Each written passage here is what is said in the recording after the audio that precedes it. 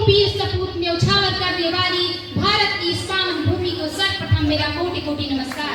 नमस्कार, मैं सृष्टि निशा आप सभी के समक्ष राष्ट्रीय एकता एवं एकजुटता के विषय पर अपने विचार रखना चाहूंगी।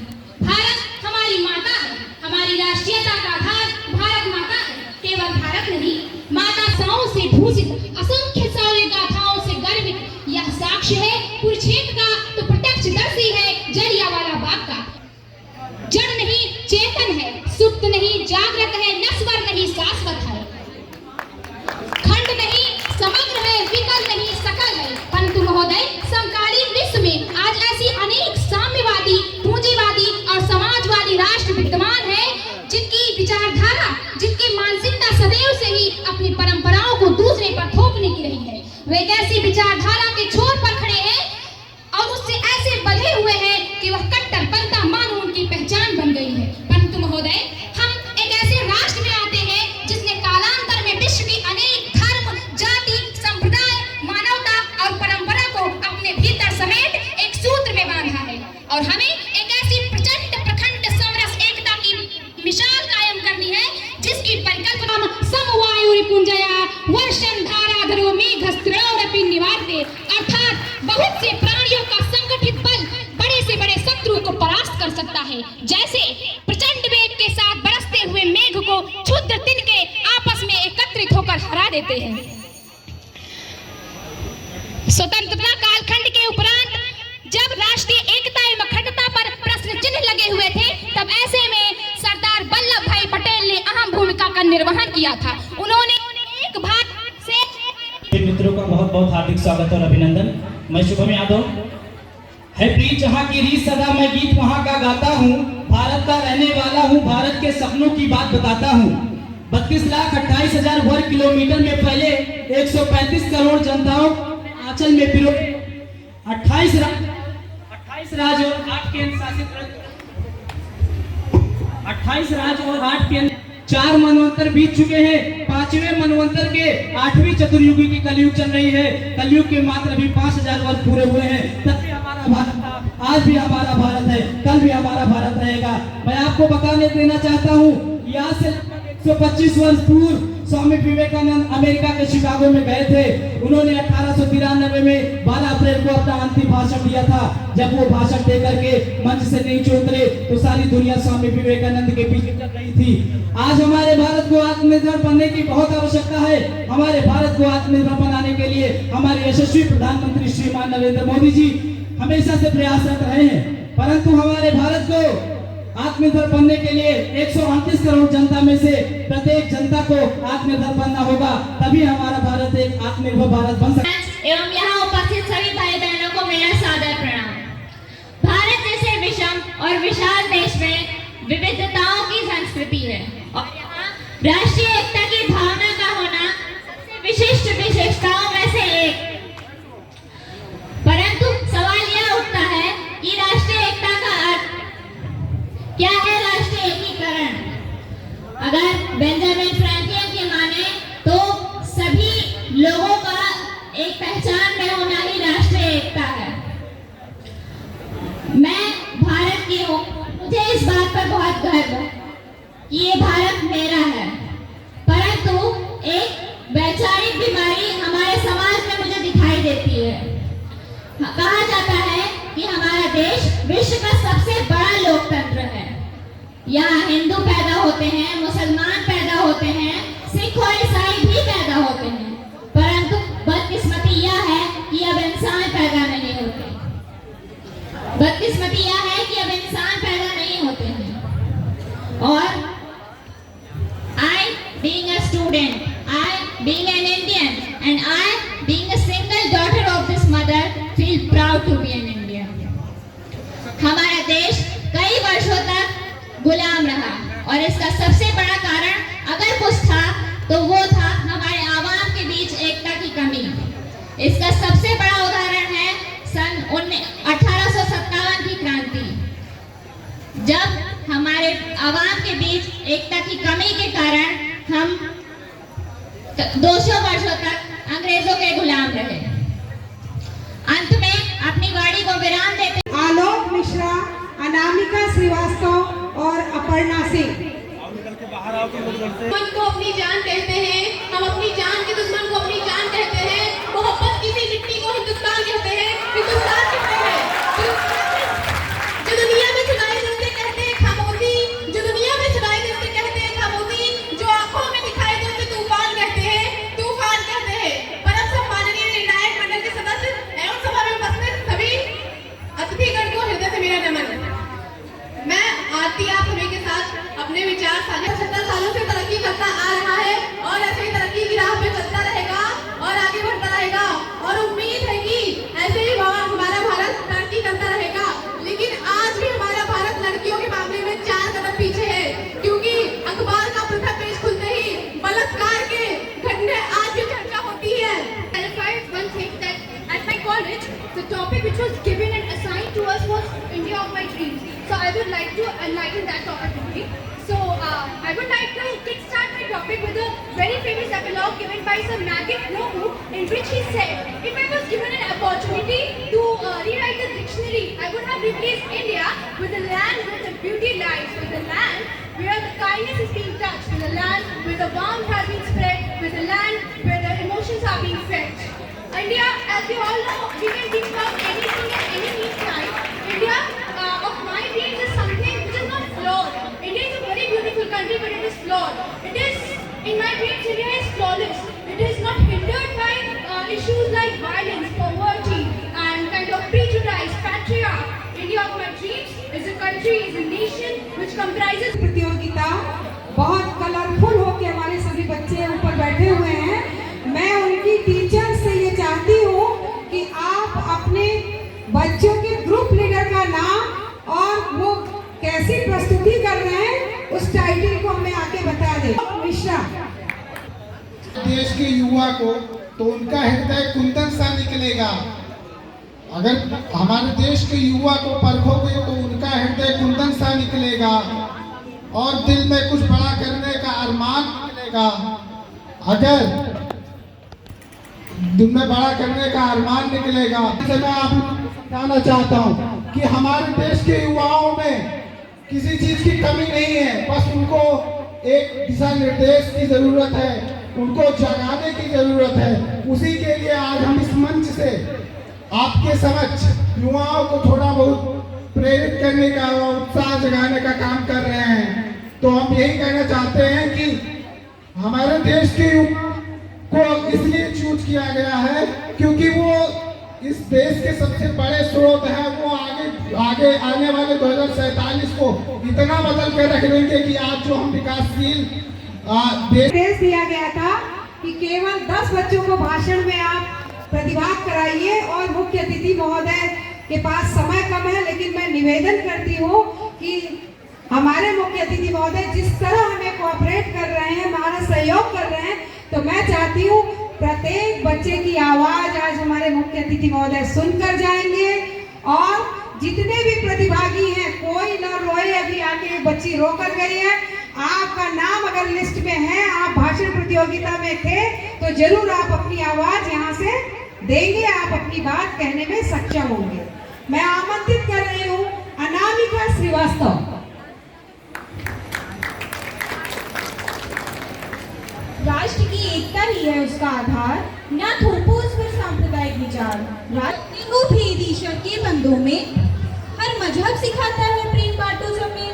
क्यों बात करते हो वैचारिक लड़ाई, बनता है ये भारत माता के लिए दुखदाई। सबके साथ में ही है सबका विश्वास, सबके साथ में ही है सबका विकास। एकता से ही है सबका कल्याण, एकता से ही है अंत दुखों का, एकता में ही है सबका कल्याण। इसी के साथ मैं अनामिका श्रीवास्तव आप सब यहाँ उपस्थित समस्त अतिथिगण और मेरे भाई बंधुओं का स्वागत करती हूँ, उनको नमस्कार करती हूँ। देखिए, मेरा आज का टॉपिक है राष्ट्रीय एकता और एकजुटता। तो राष्ट्रीय एकता को समझने से पहले हमें एकता को जानना जरूरी है।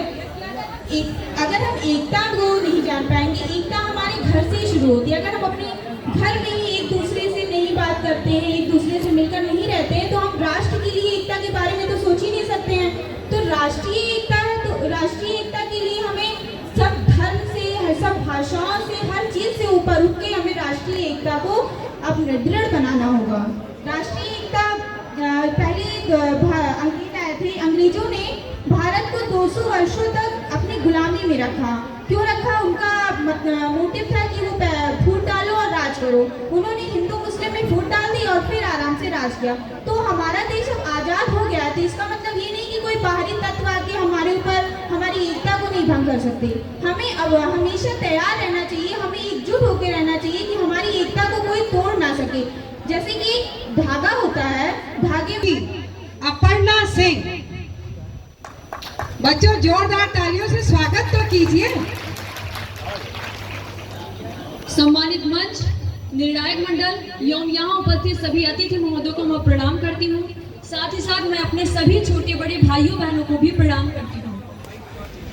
मंदिर में दाना चुनकर चिड़िया मस्जिद में पानी पीती है। मैंने सुना है राधा की चुनरी कोई सलमा बेगम सीती है। एक मोहम्मद रफी था जो महफिल में रघुपति राघव गाता था। एक मोहम्मद रफी था जो महफिल में रघुपति राघव गाता था। एक प्रेमचंद था जो बच्चों को ईदगाह सुनाता था। न कोई हिंदू लिखेगा न मुसलमान लिखेगा, एकता का गीत हर जवान लिखेगा। आज का जो ये विषय है वो है राष्ट्रीय एकता एवं एकजुटता। इस पर मैं कुछ पंक्तियां कहना चाहती, मतलब अपने विचार व्यक्त करना चाहती हूँ। राष्ट्रीय एकता यह एक शब्द नहीं, यह एक भाव है जो हमारे देश के कण कण में व्याप्त है। हमारा देश जिसमें विभिन्न धर्म संप्रदायों के लोग, जिनकी वेशभूषा, जिनके खान पान, जिनके रीति रिवाज सब कुछ अलग अलग हैं, लेकिन हम सभी एक हैं। विविधता में एकता जिस देश की पहचान है, हम सभी उस भारत माँ की संतान हैं। हम सभी उस भारत माँ की संतान हैं। जब बात राष्ट्रीय एकता की हो तो हम सरदार पटेल को कैसे भूल सकते हैं, जिन्होंने कहा था एकता के बिना जनशक्ति शक्ति नहीं है, जब तक कि वह एकीकृत ना हो, जब तक कि वह संगठित ना हो। किंतु दुख की बात है कि आज कुछ जो आक्रांता है, जो अराजक तत्व हैं, वो हमें बांटने की राजनीति कर रहे हैं। हिंदुओं और मुसलमानों को बांटा जा रहा है, उन्हें भड़काया जा रहा है। अतः आपको याद रखना होगा, हमारे उस अतीत को याद रखना होगा कि हमारे इसी फूट का फायदा मोहम्मद गजनवी और मोहम्मद गौरी जैसे लोगों ने उठाया। हमें फूट डालकर ही हमें अंग्रेजों ने इतने दिनों तक गुलाम बनाया। हमें अपने उस अतीत को नहीं भूलना होगा। एकता के परिवेश में जब वो रूप हमने पाया, हमारा प्यारा भारत सोने की चिड़िया कहलाया। अतः मेरे भाइयों बहनों, आपको एकीकृत होना होगा, तभी हमारा देश एक समृद्ध राष्ट्र बन सकता है, तभी एक विकसित राष्ट्र बन सकता है और भारत तभी विश्व गुरु बन सकता है। मैं अंत में कहना चाहूंगी, एक अंधबंध तम द्वैशल पापों का निपटारा कर दे। चलो एक समझौता कर ले, तुम हमारी गीता और हम कुरान पढ़ लें। Thank you so much.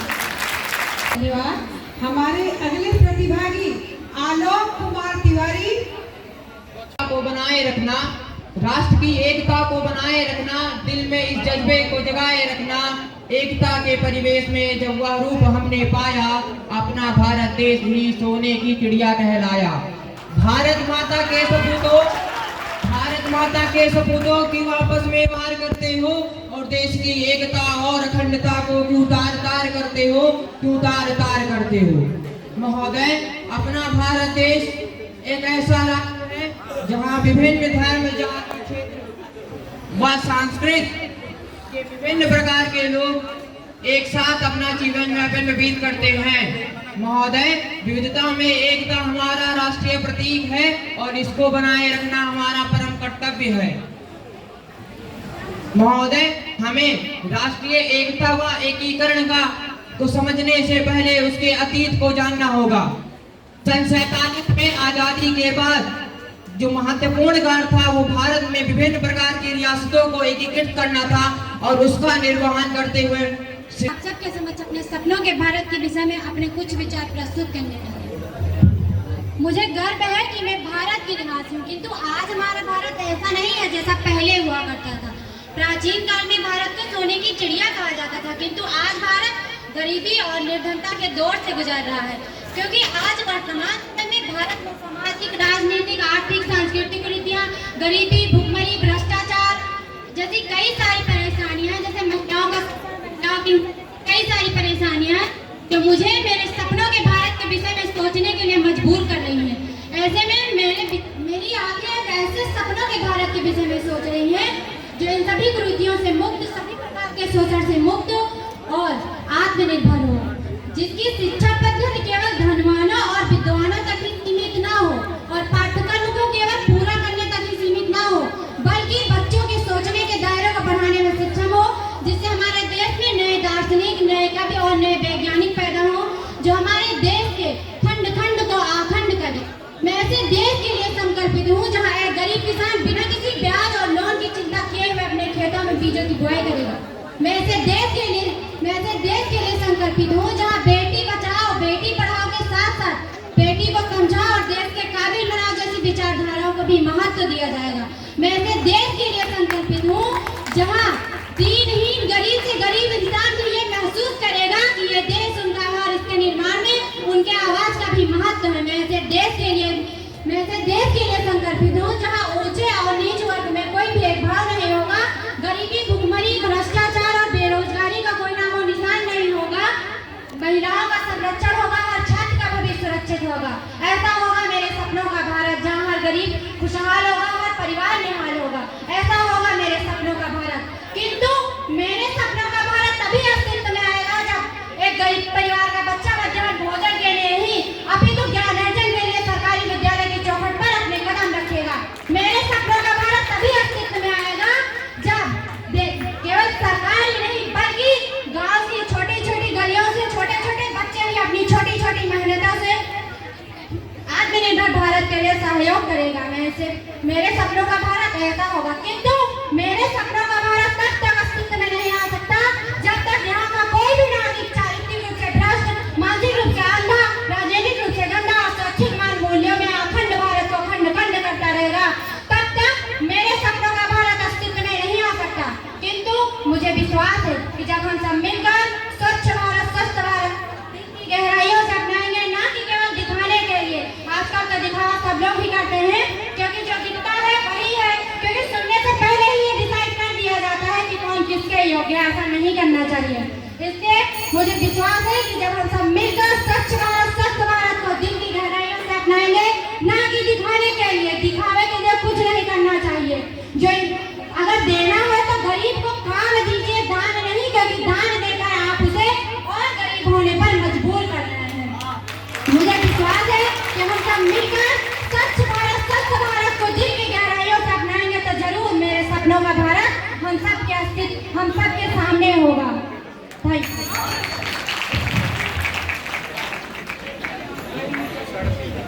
बहुत बहुत धन्यवाद।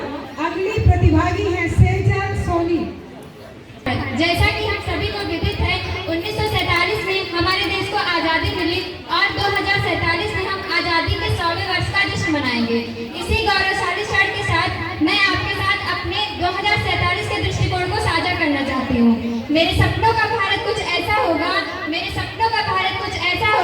जहाँ सभी को समानता की नजर से देखा जाएगा, जाति धर्म का भेदभाव नष्ट होगा, जहाँ लोग सिर्फ एकजुट रहेंगे। मेरे सपनों का भारत कुछ ऐसा होगा जहाँ बाल विवाह, पर्दा प्रथा हिंदुस्तान कहते हैं।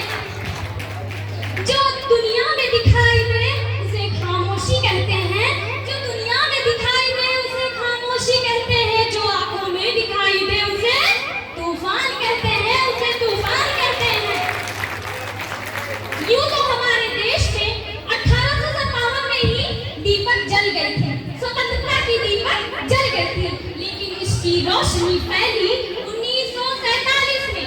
इसकी रोशनी फैली 1947 में। अगर आज हम सब मिलकर भारतीय एक यही दीप जलाएं कि आज 2047 तक ऐसी ही रोशनी फैल जाएगी।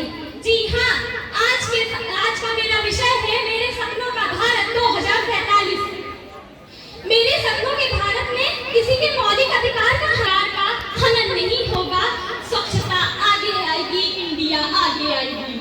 उनकी अगर वो गिलास में पानी पी लेते हैं तो वो गिलास उच्च श्रेणी के लोग इस्तेमाल करना बंद कर देते हैं। मेरे सपनों के भारत में ऐसा कुछ नहीं होगा जैसा कि आज भी हो रहा है। मेरे सपनों के भारत में दहेज प्रथा से रिलेटेड कोई भी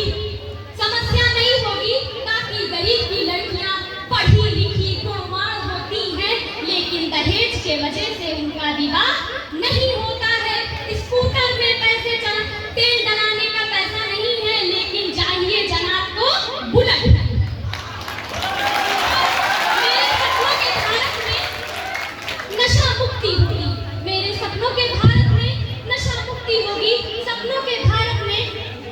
आज के वर्तमान समय में देखा जाए तो सपनों के भारत में 80% लोग नशा कर अपने घरों में आते हैं। बच्चे इससे कितने असंतुष्ट होते हैं ये आपको पता है। हमारे सपनों के भारत में ऐसा कुछ नहीं होगा। हमारे सपनों का भारत बहुत ही खूबसूरत।